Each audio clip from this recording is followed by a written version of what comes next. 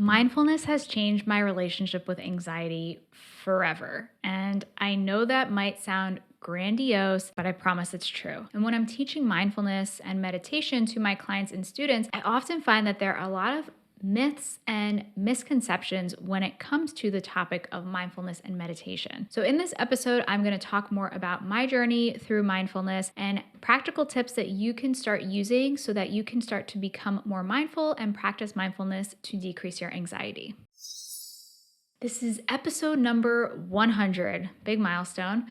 How mindfulness changed my relationship with anxiety forever. Welcome to Calmly Coping. My name is Tati, and I am a therapist and coach specializing in high functioning anxiety. I help high achievers overcome stress, anxiety, and overwhelm so they can finally stop overthinking everything. Thank you so much for tuning in. So, I began practicing mindfulness sometime in 2014. I honestly don't remember how exactly I got into it, but I know that it came up in my research while I was helping my therapy clients. This was when I first started to get into mental health counseling and practicing therapy. And I've always been a proponent of practicing what I preach. So I really wanted to understand more about mindfulness and meditation. So this is what began my journey into mindfulness, meditations, and educating myself through books, courses, blogs, podcasts, and more. So it has been a journey of ups and downs, periods of practicing mindfulness consistently and periods of stopping for a while. But one thing that has remained true is that my mental health is always better when I'm consistently practicing mindfulness. But before we get into the why of this, let's talk about the what and what exactly mindfulness is. So mindfulness is a non-judgmental present moment awareness on purpose. It's as simple and also as difficult as that. So let's start with the non-judgmental piece. So I don't know about you, but I'm constantly making judgments about things, whether I like something or dislike it, or, what I think about the weather, or whether I'm feeling good today, and then judging myself if I'm not, and all the thoughts and the expectations that I have for myself. If things don't go how I expect them to, then I often make judgments about that, and it's endless and ongoing. Because you see, that's what the mind does. You judge whether you like things or you don't, and it's often so automatic that you don't even realize it. And oftentimes, you can be the most judgmental and the hardest on yourself. Practicing becoming non-judgmental has changed my relationship with myself. It is a daily practice, and it helps me to be kind to myself, accept myself and others for exactly who we are, and have an open and more optimistic outlook. Present moment awareness can be a challenge, especially nowadays. There is the never-ending barrage of email, text messages, social media, TV, the news, everything. And it can be so easy for these things to take you out of the present moment and put you in a place of autopilot and just distraction. These things take you out of the now. And anytime your mind is in a moment other than right now, you're either living in the future or living in the past. And being in the present allows you to focus on the one thing and the only thing that you have control over, which is right now. And anxiety is often associated with future-focused thinking, like the what ifs, the, how could it be, or, thinking of the worst case scenario. So now let's talk about how you can practice mindfulness to reduce anxiety. So there are two different types of mindfulness. There are informal practices and there are formal practices. So formal practices include an actual meditation, and you might be familiar with this. It could be a meditation. Mindfulness practices can also include things like yoga or breath work. And this is when you spend intentional time practicing being present. And so it can look like doing a seated meditation and bringing your awareness to your breath, and then noticing anytime thoughts come up, and then continuing to bring your focus back to your breath. It is a practice of attention, but there are many different kinds of meditations and mindfulness practices that you can engage in. So guided meditations are a great place to start if you're new to formal meditation practice. And my favorite app to use is Insight Timer. And that is an app that you can get for free on the App Store, Google Play, wherever. And you can search for guided meditations that fit your needs. I also have a quick 5-minute check-in meditation that you can download for free to get started. You can get that by going to calmlycoping.com/meditation. And that is just a quick guide to checking in with your thoughts, emotions, and what's going on in the present so that you can get started with that formal mindfulness practice. And then informal mindfulness practices involve bringing present moment awareness with you throughout your day. So these can be in activities that you're already doing throughout your day and just bringing more intention and awareness to them. So maybe you might decide to bring mindful awareness to brushing your teeth, what it feels like, what it tastes like, what you see, what you notice in your thoughts when they're coming up, instead of just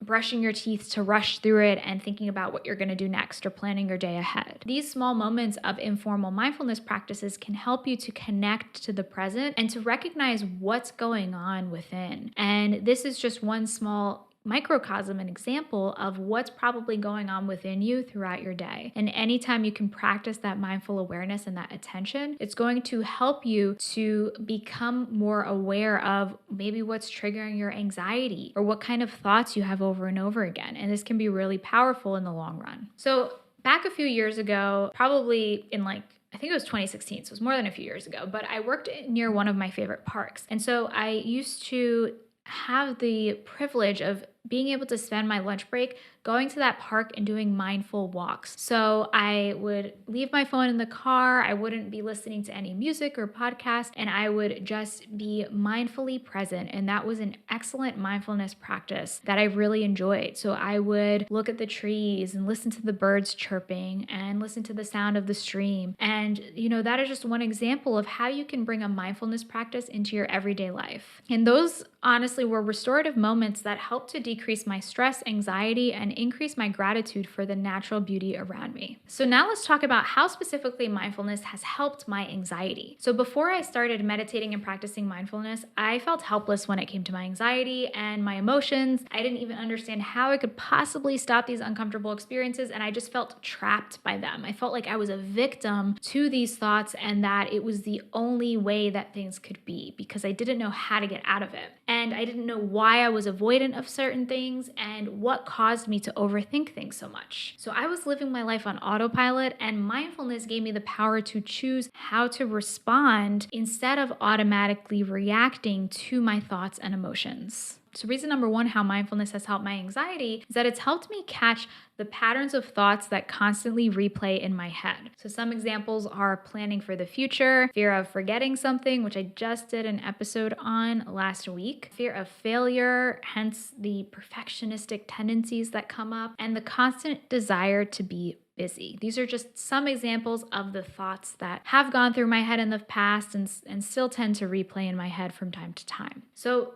the list goes on. And there are so many thoughts that you probably have throughout the day without even realizing it. I've heard different numbers, but in some places I've heard that the average person has 60,000 thoughts a day, and most of them are negative and repetitive. So just try and guess what those thoughts could be for you, because they all influence how you feel and what you do, even if you're not aware of them. So when I'm able to catch myself in these repetitive thoughts, then I can be non-judgmental and redirect my attention to the present moment. Rather than criticizing myself for oh, you're stuck in planning again, I can recognize it and notice it and say, oh, I'm planning again, and then bring my attention back to the present. And I can also understand when these ways of thinking could be resulting in me getting in my own way, so then I can redirect myself to the proper path that's going to help me instead of just worrying me more. And the reason number two, how mindfulness has helped my anxiety, is that it's helped me respond instead of reacting to my emotions. So I used to worry that something bad would happen to a person that I loved. And so I would call and text and seek reassurance and then get anxious when I didn't hear back. I now know that I was just overthinking and overestimating the likelihood of bad things happening. I didn't know what to do, so I let the anxious thoughts continue to replay over and over again and feed upon each other. And I wasn't thinking about what I was doing. I was just stuck in this place of fear and believing these negative thoughts. So now that I have mindful awareness of my thoughts, emotions, and physical sensations, I'm not a prisoner in my body. I'm not a prisoner to my thoughts and to just believing everything that they say, because oftentimes our thoughts aren't facts. I don't just act mindlessly, but I can choose to let things go and not let those emotions get me caught in negative spirals of thought and frustration. And reason number three, how mindfulness has helped my anxiety, is that it's helped me to be more kind and accepting towards myself and others. Implementing a non-judgmental attitude has been eye-opening. And of course, it is always a practice because there's never a point where I'm going to be perfectly judgmental, nor are you. But I realized how much I would criticize myself and the ones that I loved, and it wasn't even helping. Anxiety is all about feeling out of control. And so when I was feeling anxious, I would want to control myself and the people around me that, of course, I have absolutely no control over. And this happened without my conscious awareness and just because I felt anxious and uncomfortable. And that is what turned into that judgment. I controlled myself by avoiding situations that made me feel anxious, and I controlled or tried to control others by being judgmental when they did things that made me feel uncomfortable. And of course, this is hard to admit, but this is all of the things that happened as a result of me being a prisoner to these thoughts and emotions that I wasn't even realizing were happening. And I can see how living in this mindlessness was only hurting me and the people around me. So mindfulness and the non-judgmental approach has opened my eyes to this way of behaving and how it affected my well-being, my confidence, and my relationships. Adopting a non-judgmental approach has allowed me not only to be more kind and compassionate to myself, but also kind and compassionate towards others. And, recognizing when I may be caught in a place of feeling anxious or uncomfortable or judgmental and taking a step back and choosing how I want to speak to myself. And the more that I practice this and the more that you practice this, the easier it becomes. So now, has my relationship with anxiety really been changed forever? The reason I can confidently say yes is a result of the amount of time I have spent reflecting, sitting in my discomfort, and being more aware of myself in a more observant and detached manner over the past 8 years. The time has humbled me, but it has also changed my brain. Studies have shown that meditation increases cognitive function in the brain and also increases neuroplasticity, which is the brain's ability to change. It's the brain's ability to be plastic and to adjust as we learn new things. Studies demonstrate that after doing things over time consistently, it actually literally changes the structure and the connections within our brain. Meditation results in increased gray matter in the brain, as well as increases in portions of the brain that are associated with decision making, executive functioning, emotion regulation, and so much more, as well as perspective taking and compassion. So one study states that participation in mindfulness-based stress reduction, which is an 8-week program involving daily mindfulness meditation, was associated with, quote, changes in gray matter concentration in brain regions involved in learning and memory processes, emotion regulation, self-referential processing, and perspective taking, end quote. People were better at these aforementioned processes because an increase in gray matter equates to higher neuron density. So to simplify it, it essentially means there's more brain activity going on in those regions in the brain, which then results in you having more control and functionality over your brain and these important processes that are applicable to everything in our day-to-day lives. So mindfulness meditation literally changes your brain and improves the way that you think about things, regulate your emotions, and interact with others. But those changes don't last forever if you don't do anything. It's like a muscle. If you use it, then it gets stronger, and if you don't, then it atrophies. That's why I've noticed that the relationship between my mindfulness practice and anxiety is always better when I am regularly meditating. The same way that my exercise and physical fitness is always better when I'm regularly exercising. And it's totally worth it. So honestly, what do you have to lose? So I hope that you found this episode helpful. If you want to continue the conversation, you can head over to my free Facebook community, Calmly Coping, where I'd love to hear you share your thoughts about mindfulness and meditation. What do you think about it in general? And what are your thoughts after listening to this episode? You can head over to calmlycoping.com/group to join the conversation. While you wait for next week's episode, I have other episodes about decreasing anxiety, adopting a healthy mindset, and managing your time and energy. So if those topics interest you, then please subscribe and check out these episodes right here. Thank you so much for tuning in today, and until next time, be calm.